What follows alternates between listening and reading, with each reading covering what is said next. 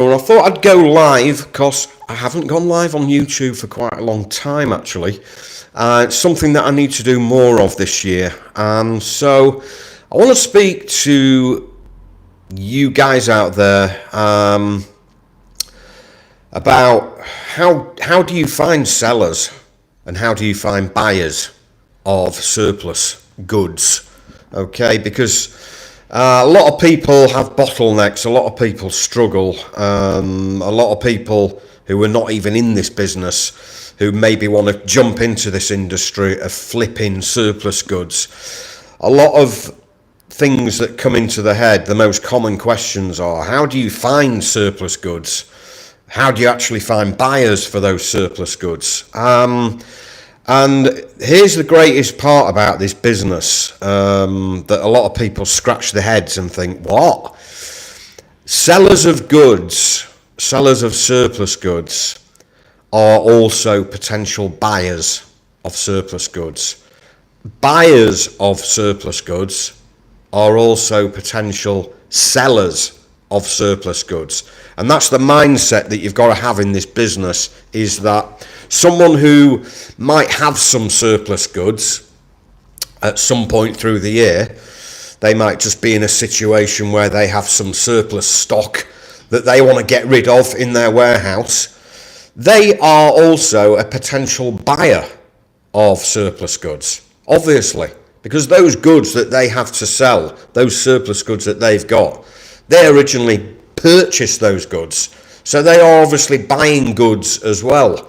And so right across the supply chain, across buyers and sellers, that supply chain, okay, starting right from the company that supplies the manufacturer raw materials to make that product with, and then the manufacturer who makes that product, and then the importer who buys that finished product, or the exporter or the distributor that buys that finished product from the manufacturer, or the wholesaler of those goods, or the retailer, you know, bricks and mortar retailer that's on the high street, or online retailer, you know, that sells directly to the consumer as well. Right across that supply chain, they are all potential buyers and sellers of surplus goods.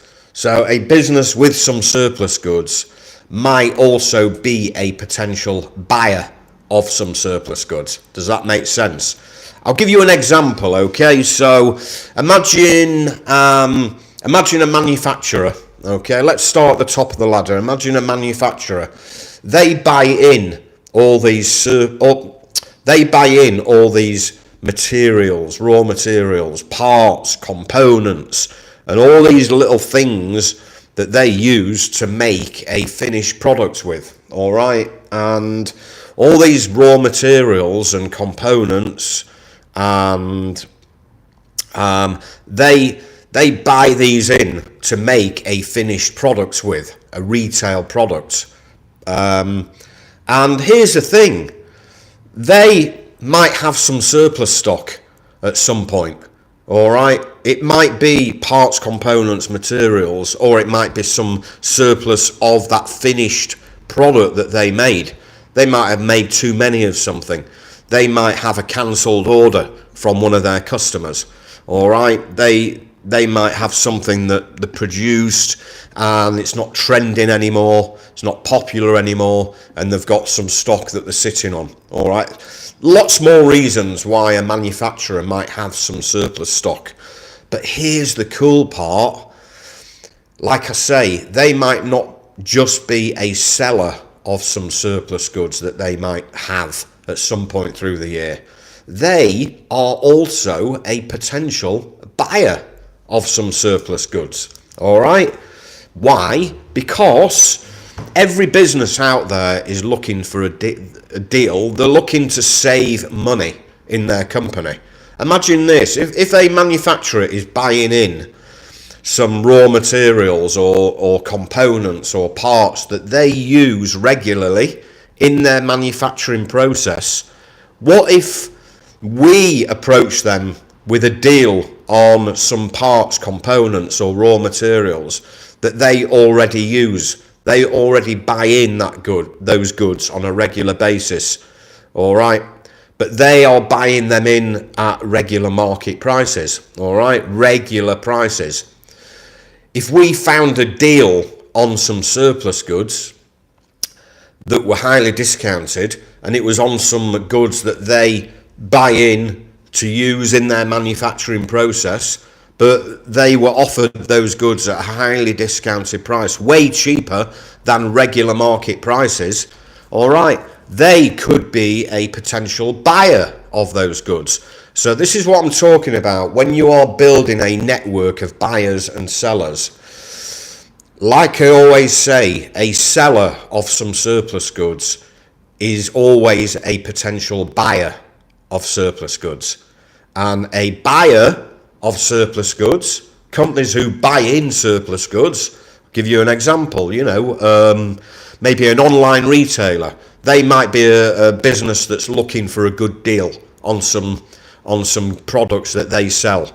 They might be niche, very niche down into a product category, or just a very general, just a business online just looking for a good deal on something.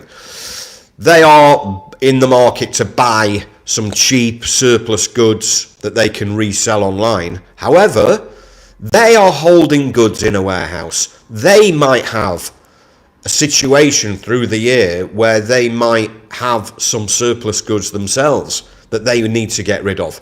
So again, they might be a buyer of some surplus goods, but because they are holding goods in a warehouse, they might be in a position through the year where they might have something they bought too many of.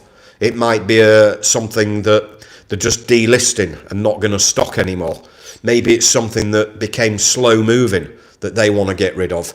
Lots of different reasons. Maybe they're just literally, they might need to just free up some storage space because they've got some goods on the way that they need the space for. So they might look at the stock and think, right, we'll get rid of that and that.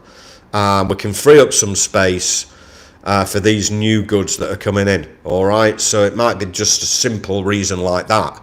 Another big reason is that it might be just an online retailer that has a cash flow problem, and a lot of businesses do online. They have cash flow problems.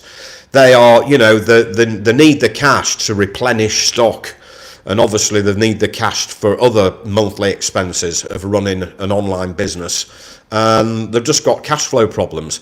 If they've got cash flow issues one month, they might look at the stock in their warehouse and go, right, we need to get rid of that, free up some cash, and then we've got some cash to replenish some stock on some goods that are selling well. So, that's the reason why, an online business may have some surplus stock. But like I say, a lot of online stores, a lot are not in the market of buying surplus deals. They're just buying regular ongoing products from the Far East or wherever. But there's a lot more companies now over the years that are getting educated on deals, one-off surplus deals that are, highly discounted, way cheaper than China factory prices.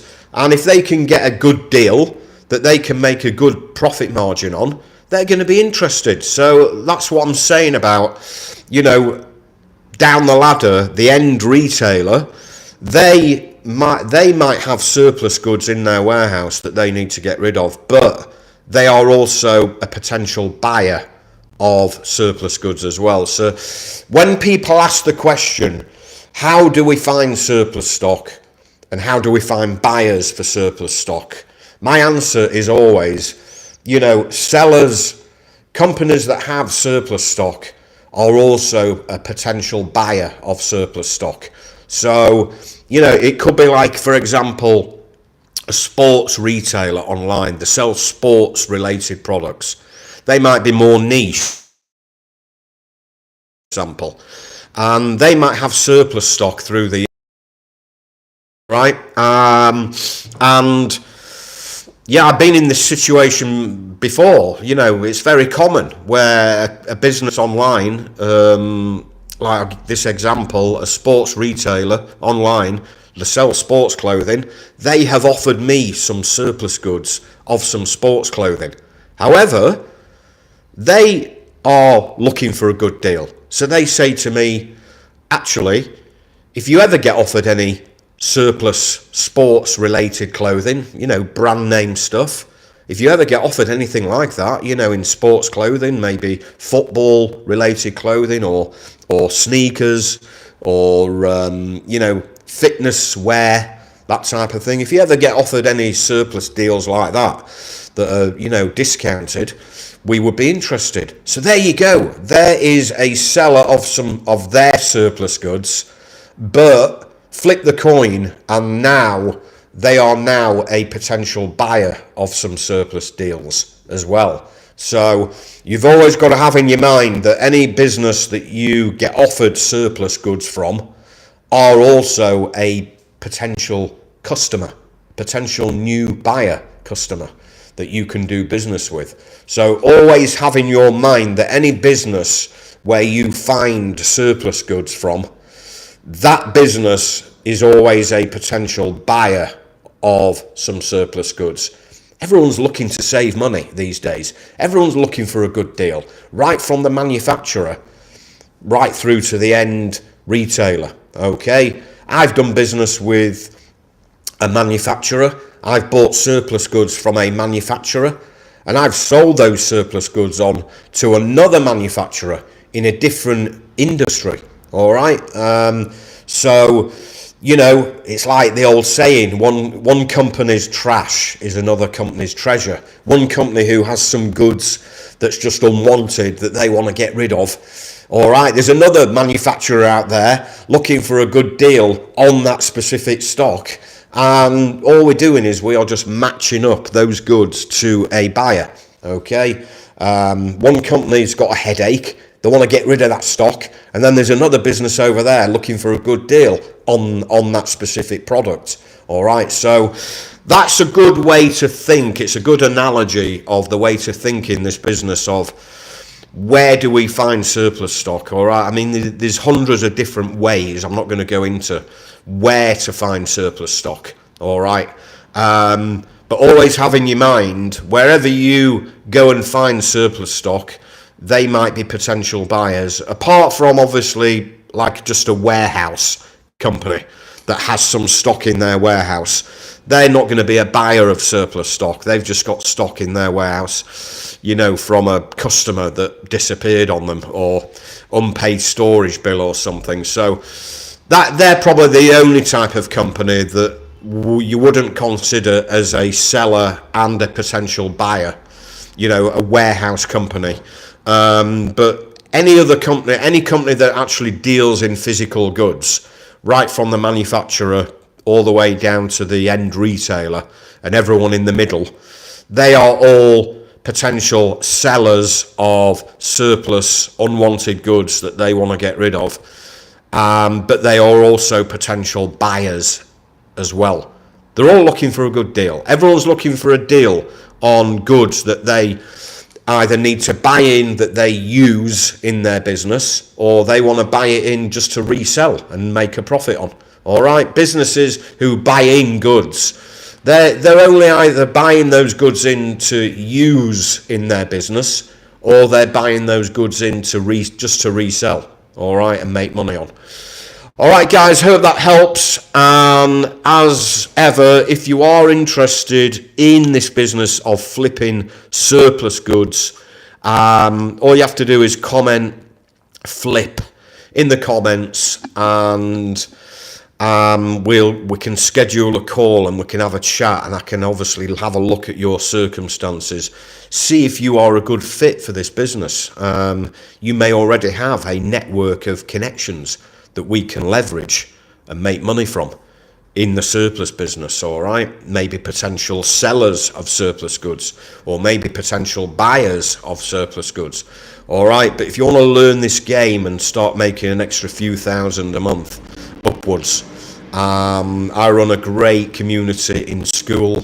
So all you have to do is comment the word flip if you're interested. And, you know, by the way, this, you can do this easily part-time on the side of a job or an existing business, all right? You can just plug this straight in and do this on the side. And I'll teach you how to do it in a very time and cost-effective way. All right, guys. See you again soon. All the best.